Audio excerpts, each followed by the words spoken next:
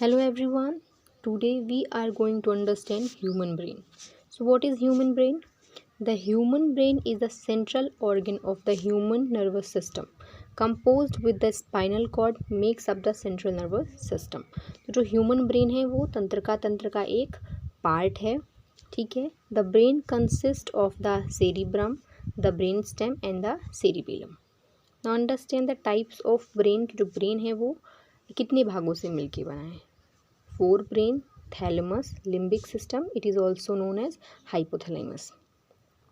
Let's talk about cerebrum.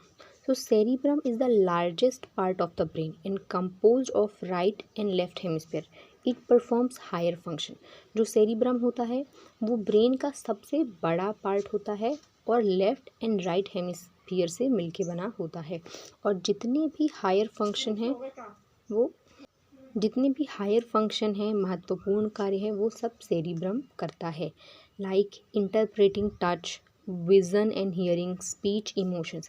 Interpreting touch मतलब जब कोई चीज़ हम टच करते हैं ठंडी या गर्म तो वो जो हमको महसूस होता है वो सेरिब्रम के थ्रू होता है. विजन एंड हियरिंग जो चीज़ हम देखते हैं या सुनते हैं वो चीज़ें हमको याद रहती हैं. वो लोगों की आवाज़ें या लोगों के नाम ये चीज़ें हमको याद रहती हैं या फिर लोग हमको याद रहते हैं. हम उनको देखते हैं तो पहचान लेते हैं.